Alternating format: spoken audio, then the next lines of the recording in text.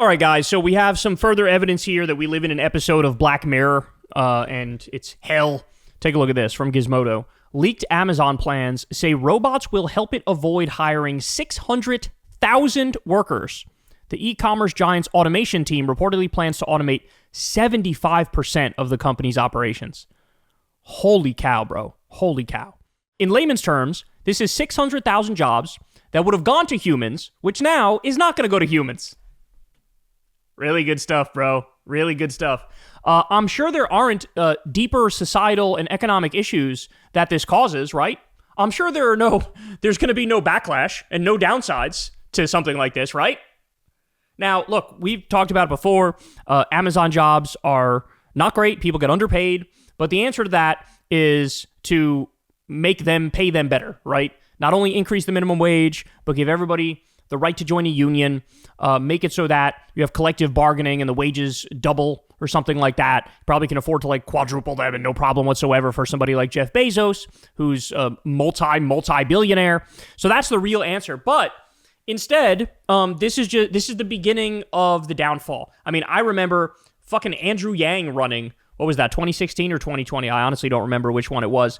But he was out there and he was saying like, hey man, AI is coming to take everybody's job.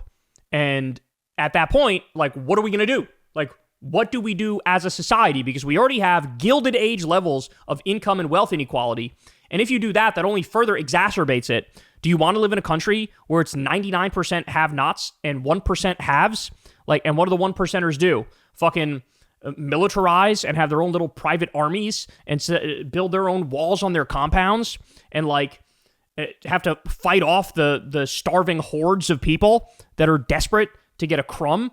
Like, what are we doing here? And he was right. Now, his answer at the time was universal basic income. But now, with how far AI has come, it's got to be some mix of universal basic income or social security for all. And you mix that with regulation of AI.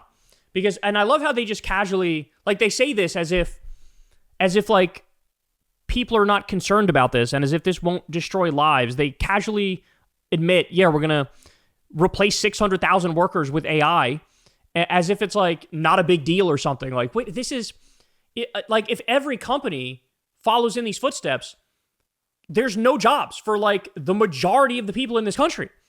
Do you not realize that's like a society shifting or society ending paradigm that we're talking about here? All right, let's dive into it. The nation's second largest employer is reportedly hoping robots will take your job, or what could have potentially been your job at least. After years of hiring thousands of warehouse employees and delivery drivers to build a roughly $1.2 million U.S. workforce, second only to Walmart, Amazon is reportedly shifting gears. The New York Times reported today, citing interviews and internal documents, that Amazon's automation team expects that by 2027, the company could avoid hiring more than 160,000 U.S. workers it would normally need.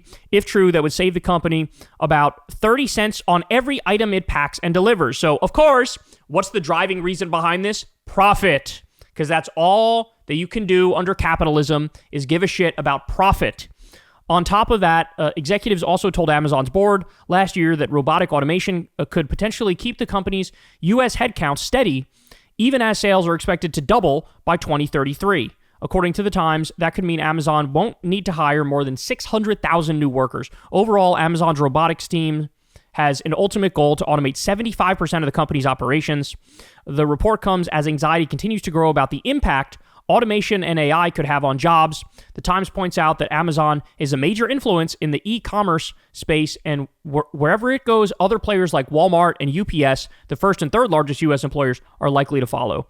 So, guys, I remember when, I think it was Stephen Hawking, he warned that, look, if we're going to have AI and if we're going to have robotics basically take everybody's job, the only way we can survive as a species is to make it so that each person gets a robot that's like assigned to them. And for all the labor done by your robot, you get paid for it, right? And so in a world where everybody gets paid and the robot does all the work for us, yes, in that scenario, you are talking about a freed up world where people get to focus on their passions and on their desires.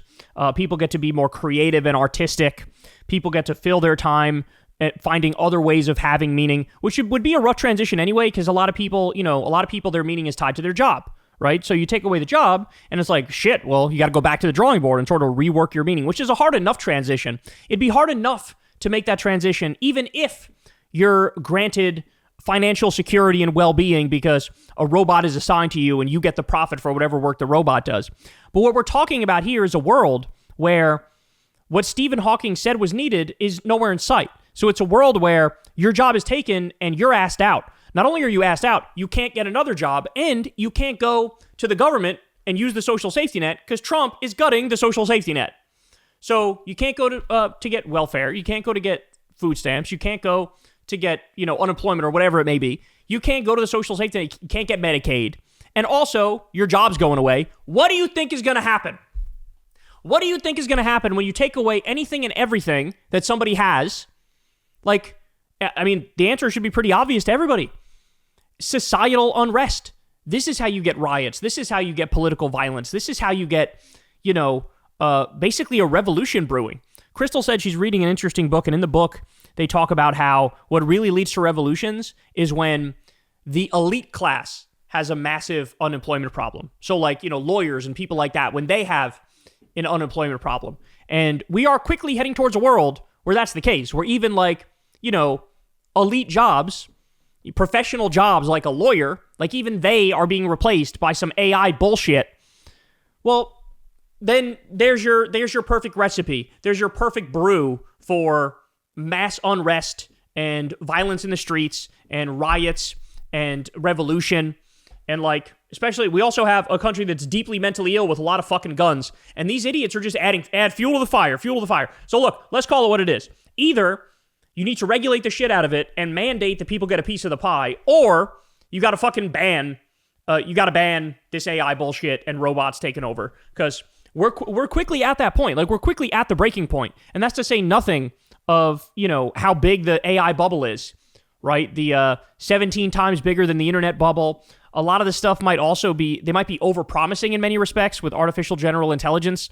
Like, they can't really get there, but they keep saying they're about to get there, and they're doing this weird thing where they shift money back and forth and make it seem like, there's more happening than is, and any minute now that bubble can burst. So, like, there's a lot of things to discuss here that perhaps they're over-promising and under-delivering and the bubble's going to burst. But even with that, there are certain types of jobs that absolutely are threatened by AI and very clearly threatened by AI.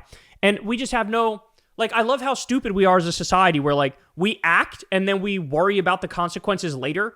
And I don't know, there's just something about that that's so stupid. It's very human, but it's also very stupid. I mean, think about, like, social media. We were told when social media was first introduced, which was not that long ago, by the way, we were told, like, bro, don't even worry about it because social media is going to bring us all together. You're going to get news to your phone right away. Everybody's going to be more connected. Everybody's going to become part of one bigger family. And like literally the exact opposite happened. Like what happened was an increase in political radicalization, an increase in hating each other, a massive increase in misinformation and disinformation and malinformation. Like you could argue that helped lead to like societal breakdown. But we were promised the exact opposite. We were promised, oh, this is going to free everybody up and bring everybody closer together and give everybody good information and news right away. And like nothing could be further from the truth.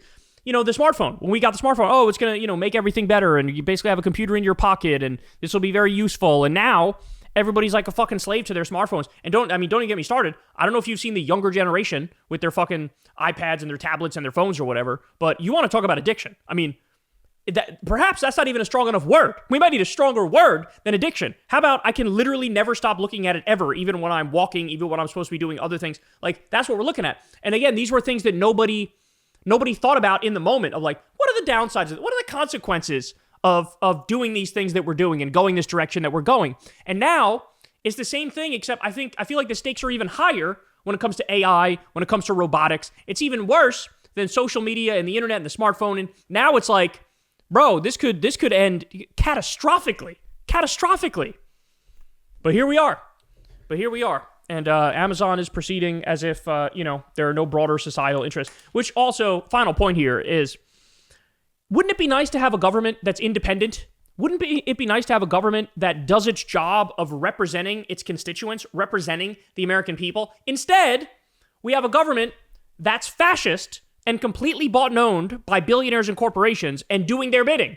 And so the reason why you'll never see Trump talk about regulating AI and robotics and protecting these jobs and actually doing that.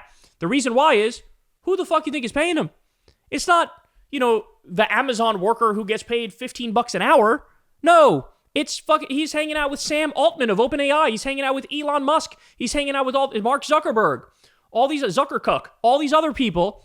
They're doing these roundtables with him. It's I scratch your back, you scratch mine. They're funding his Great Gatsby fucking $250 million ballroom.